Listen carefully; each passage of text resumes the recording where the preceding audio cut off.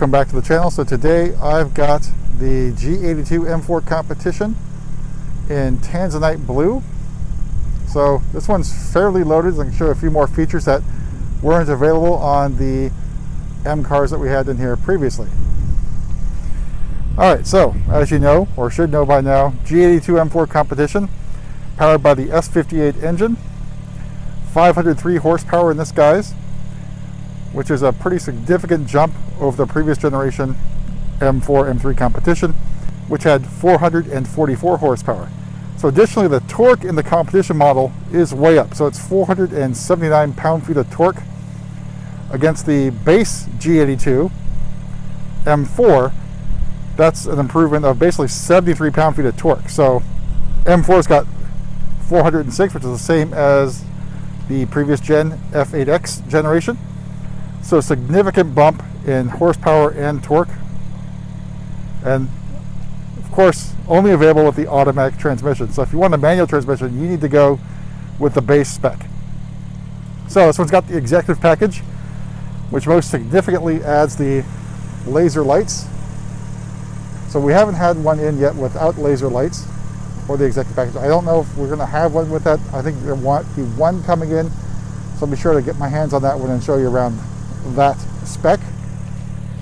So executive package also adds heads-up display along with a few other things. So we have the 825M wheels. So again, 19 in the front, 20 in the rear. So it's a different sort of wheel design. I think it looks pretty good too. This is, I think, the bi-color option. And we spec'd it with red calipers, so 6 piston up front and single piston floating caliper in the rear. So M4 comp, on the inside what we've got is the Silverstone interior. So this one does not have the carbon bucket seats. I will have another car with the carbon bucket seats on this channel shortly. I don't know which one we'll post first, but there will be a tour of the carbon bucket seats. So seat wise, I think these are spectacular seats. I think maybe a slight improvement over the F8X generation standard seats. So lots of good bolstering, lots of good details on this car. Pretty comfortable, and as I said before, my feeling is that this is maybe slightly narrower than the F8X generation competition seats. So again, all right, options wise, what you can see is this one has the driving assistance professional package, as well as the parking assistance package. The parking package gets you the surround view cameras, so I think that's pretty helpful. You also get top-down cameras as well. So how to activate that, just press this parking assist button here,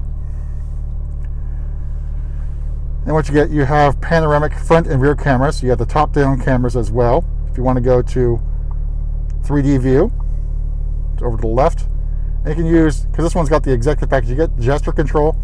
So you can pinch, he says, and move it around.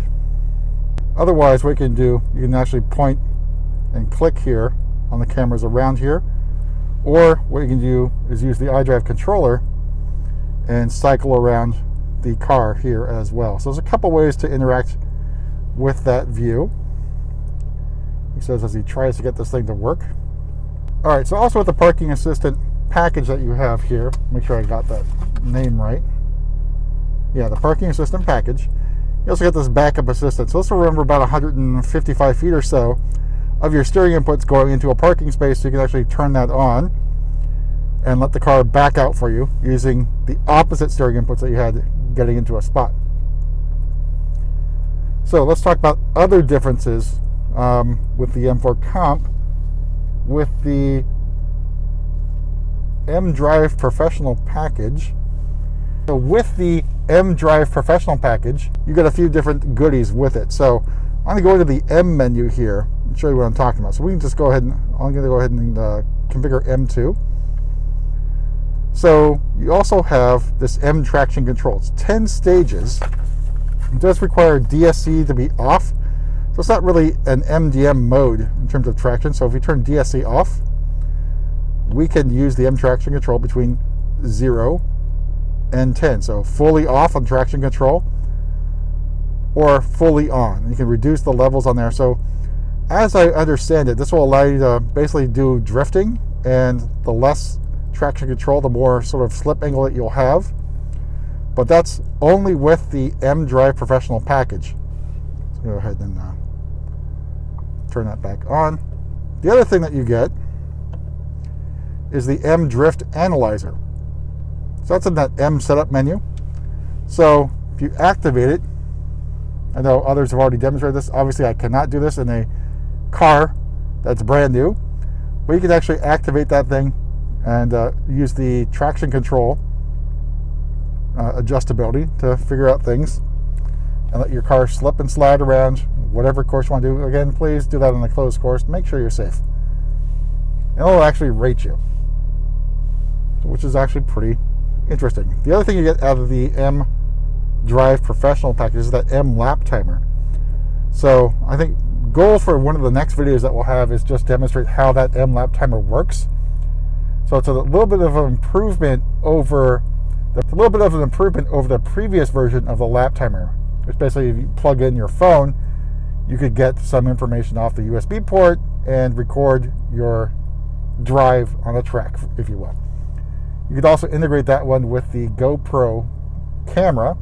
A little bit tedious in getting that thing to work correctly, but it works pretty well. So there's also another available option for you if you want to go even a little bit further, and that's the M-Drive Analyzer. It's a separate package, if you will. It's an option.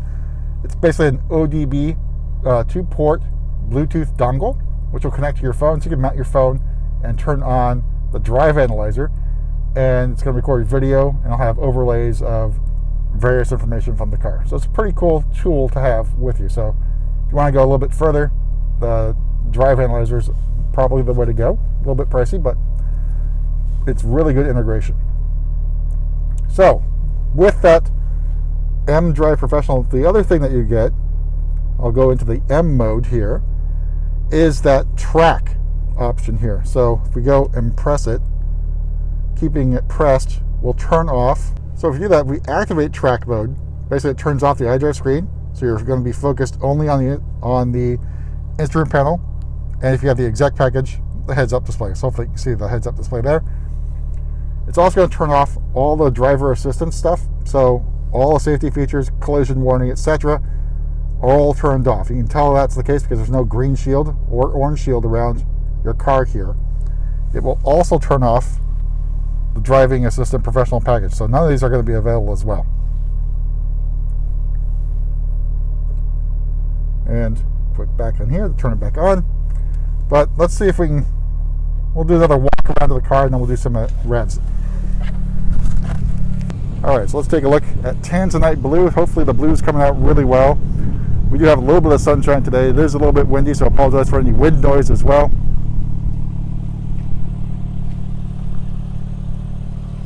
But I think aggressiveness-wise, this thing is great looking. I know a lot of people don't like the grills. I'd say come in and see this car in person. There's a lot of character to the design here. All right, so let's go into the revs of the S58.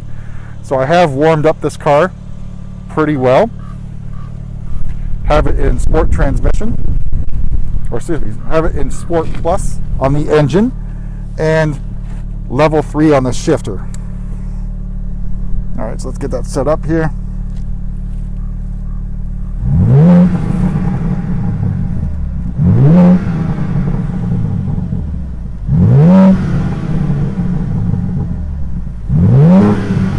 All right, so hopefully that came through. So sorry about some of the snafus there with the tech, but we'll get another video of the exhaust. We plan to get at least one car with the M Performance exhaust, and we'll show you how that sounds in comparison to the standard video here, the standard exhaust here.